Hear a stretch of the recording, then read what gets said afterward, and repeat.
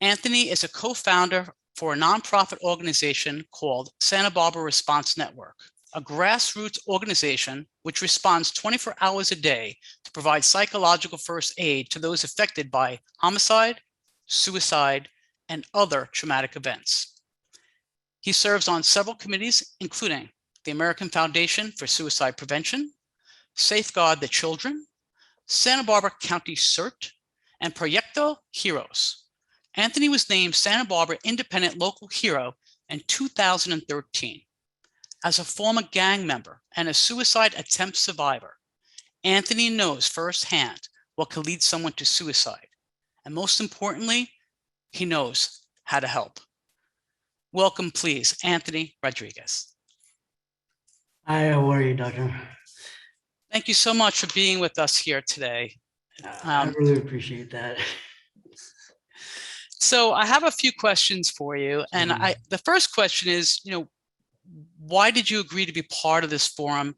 And what would be helpful for us to know about you? Well, first of all, I do want to say that listening to you introduce me, it doesn't even sound like it's me, with everything that's gone on in my life, and never thought I would be here today to be with you guys and, speak up, especially, with suicide. It's been a very difficult struggle, and it's something that we need to do. And it's, growing up the way that I did, with my father being an alcoholic and a drug addict, and my mom was a hard worker, and I used to see my dad go out on my mom. I was only 5 years old, but you remember those things. You remember the things that hurt you. And, the day that he died in front of me of a heart attack. And I remember my mom screaming, and everything just went downhill from there. Right after that happened, and I remembered this just recently. We're going to go get the flowers for my dad's funeral, and I was going with a friend of my family's, and that gentleman tried to abuse me in the vehicle while we were driving to go pick up some flowers for my dad's funeral. And that was my first time that I was sexually abused. And a couple of days later, we were at the funeral, and I was crying. I was only 5 years old, like I said, when he died, and I was told to shut up, suck it up and deal with it, that men don't cry, and that I would get beat if I kept on crying. So with that, my voice was taken away. I had no voice, and I couldn't express my feelings. I couldn't express anything. So I shut down at 5 years old. I mean, that was my first thought of suicide, was when I was 5. And I had so much hate and anger. And July 28th, which I'll never forget, was the first day that my uncle began to sexually abuse me. And that lasted for many years. And when that was happening, I hated myself. I couldn't stand myself. I felt disgusting. I wondered what was wrong with me. Was it my fault? What was going on? And that's really hard, because I mean, being a man, you're supposed to be able to take care of yourself and protect yourself, but it's not like that. And being threatened consistently about, if I said something, that it was going to be my fault, that the family would break up. And it sticks in your head as a kid, and you believe it, because they're the adults. And at the age of 12, I jumped into a gang, and I didn't want to live. I hated my life. I just wanted to die. That was basically my focus, was to die. And if I wasn't gonna die, I was gonna cause pain to others. And I couldn't say anything, because he would tell me that no one would believe me, that they would think I'm lying. And that hurt even more, because somebody was hurting me, and there was nothing that I can do. At least that's what I felt at that time. And it made it really, really hard for me. And I got locked up in a mental hospital several times. And it was hard, because I didn't want to be there. I mean, I didn't think I was crazy, but there was just something happening. And being abused as a male, it's well, for me, I questioned myself. What did I do so wrong to be abused consistently, or people trying to abuse me, um, you just lose faith. You lose faith in yourself, and you lose the will to live, the want to live. I wanted just to die. That was my mission. And the first time that I attempted was really serious. I was found obviously unconscious, and they rushed me to the hospital. And I got mad when I woke up because I didn't want to be here, and I was very angry, and I hated the doctors and everything because I didn't want to live, and it made it hard. And they would ask me, what can you do to make you want to live? I said, I just want to die. That will make me live. Personally, I don't want to be here. And I've been shot, I've been stabbed, I've been left for dead. Um, and I hated the fact that I still kept on coming back, that I still had that second chance.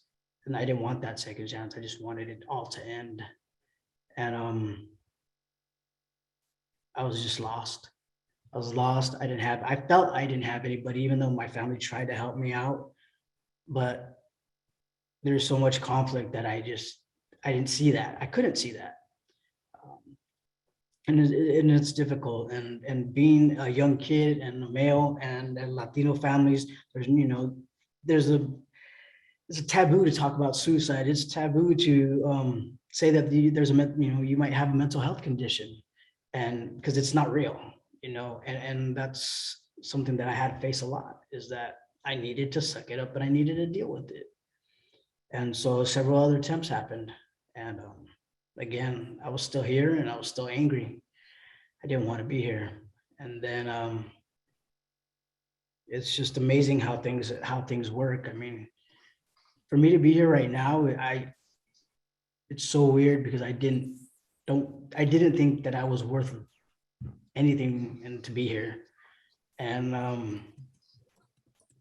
how things change is just, it's amazing. And sometimes it's just one thing, and it could be somebody just to listen without judgment, or trying to tell you, this is what you have to do. And it's not what you want to hear. Sometimes you just want to be able to speak and not be judged and just heard. There's a difference between hearing and listening.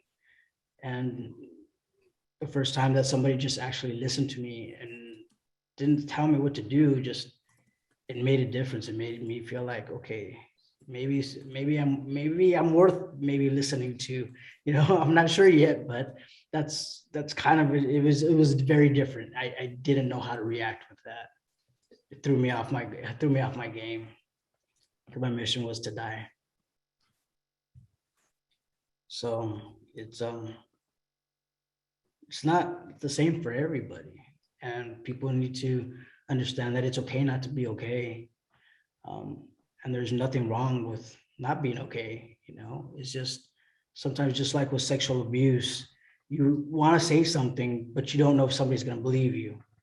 And what I teach the kids now is that if somebody doesn't believe you, you got to keep on talking about it. You need to keep on telling somebody until that person believes you. And then, you guys can work on things. And I think that's kind of how it is, or it was with me. I mean, I was able to say something for once that I wasn't okay. And I was told, okay, well, we'll figure it out together. Together, what's together? I've always done everything alone, and it was very different. And I think that's the thing that helped change things, was the fact that somebody just listened and said, okay, we'll figure it out. Not think that they were perfect or they knew exactly what to do, but I wasn't going to do it by myself. And it's never thought that would ever happen. I didn't think I was good enough. Anthony, you shared a lot about, really the journey of having such a traumatic childhood, and even, hearing who you are today. Could you share a little bit about what are the things, you talked about people listening to you and feeling heard, but can you talk a little bit more about the turning point, how you, went from that really dark place to a place of hope? Yeah, it's amazing how just that one person to actually listen and tell you that you're not alone, like literally that you're not alone, it made such a huge difference. And little by little, and seeing that person there consistently, and even though I made mistakes still and I keep on falling, they're like, okay, well, now we just got to try a little bit different. Maybe we can figure something out, you know? But it was always, I wasn't alone. And it just felt so weird. Even for my birthday, when I got a birthday gift, I gave it back. Oh, I got in trouble for that one, let me tell you. But it was very different. I didn't expect that because nobody ever wanted me around because I was in trouble and always getting into fights and just nobody wanted me around because they thought they were gonna get killed because of my fault. And I believed that too, because of the gangs and stuff. But now having 64 godchildren is it's honestly a blessing. And I never thought anybody would want me as a godfather at all. I didn't, like I said, I didn't think I was worth it. And it's very different. And it's weird to feel good, I guess, because I didn't know how that felt. But it does take time, and nothing's gonna change, the next day, But it's just, we just have to know that if there's somebody that cares and somebody's gonna listen, then we have to give ourselves that chance to be able to want to change and see things in a different light. Because sometimes we're just so focused on the darkness, and that's our way out. And we don't want to hurt anybody. I mean, I wanted to die because I didn't want to keep on hurting my family.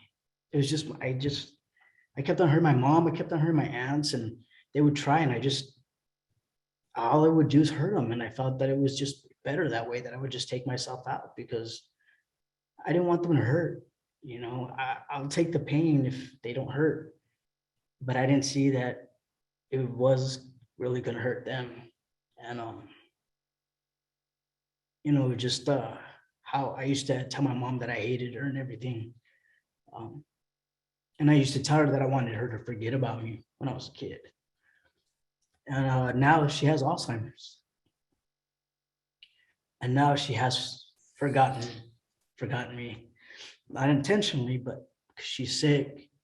And so that hurts, that kills. And sometimes I think it's my fault, but I know it's not, but that's just a feeling that comes along with everything. And I want people to understand that those feelings are natural and they're going to happen. And we just have to find a way to process it, to be able to accept help. And there's nothing wrong with asking for help. There's nothing wrong with it.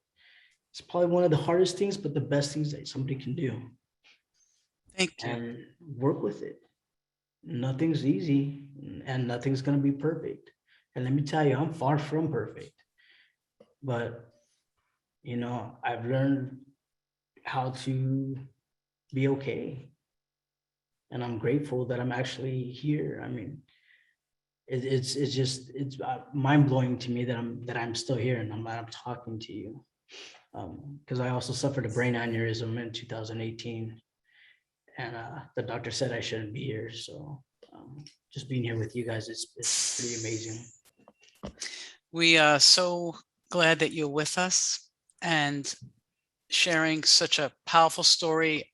And even though there's still struggles, as we all have, you still find a way through it. Like your 64, was it 64? Yeah, 64 godchildren. I mean, what a blessing. Yeah. Thank you, Anthony. And we look forward to hearing more from you later. Yeah, absolutely. Thank you so much for being here tonight.